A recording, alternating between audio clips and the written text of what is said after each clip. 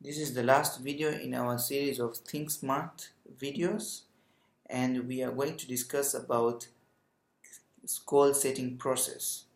Now this step is the most important one, because if you fail here, you can't motivate yourself, you don't know the process, how it works, you won't be able to do the mind map thing, you won't be able to do to complete the tasks, and even the examination preparation. Nothing will be done. And in my opinion, I think many people, they don't fail because they are not smart or they are not intelligent. The biggest reason is this one, they don't understand how to motivate themselves to work from their goals to reality, you see. Because normally you have your goal, it's this one, and then you have your reality here. But then there is a way here, with hurdles and all, to get to this goal, like to get to this reality. So there's a way you are supposed to take those actions, how to motivate yourself to take those actions till to reach here. Now, let me explain you how I did it and how you can do it. The first thing is to have a clear goal set.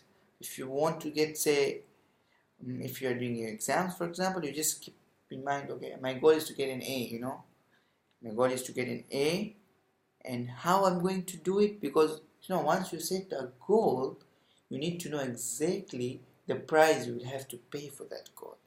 You can say I will get an A, but then if you in your mind, you will know that, okay, I'm ready to pay the price or I'm not ready. If you want to watch series and all these videos along with studying, then you know that, okay, maybe A will be so much for me, I won't be able to pay the price of leaving all these other things I'm doing, so I will just aim for B. So once you get your goal, you have to check it you have to do a reality test. Okay, that this is a goal, alright, but am I ready to pay the price for it?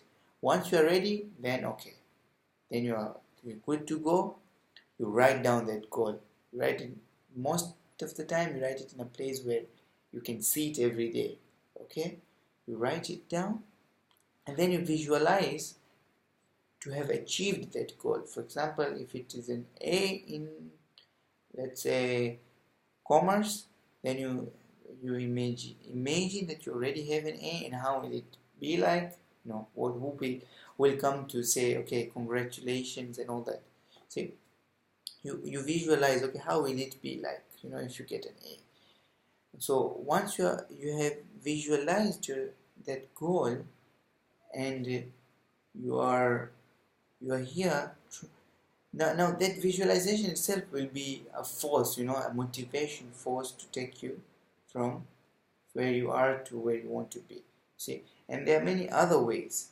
The other way to motivate yourself is to write down. See, to write down the progress you are getting. For example, and if you're using a task list, that's a very good way, because once you're ticking, you're writing down the progress. You're writing down this is done. See, and then one thing, you're supposed to break down those things as smaller as possible, because the motivation, it's like, once you get motivated to do more once you have done little. So if you break down those big tasks into very, very smaller tasks, so once you achieve the smaller tasks, let's say read 2 lines of this book. Once you read those 2 lines, you're like, oh, I can do it. Then you read another 2 lines, then another 2 lines. So it works that it is easier that way than read 5 pages of certain books. That way you're like, oh, that is a big load. Maybe I should do it this way, or maybe I should do it on that day. Maybe I should do when I get to this person.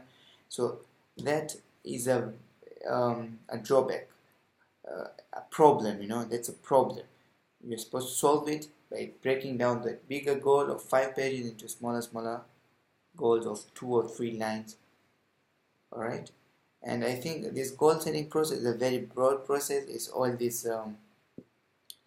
about law of attraction.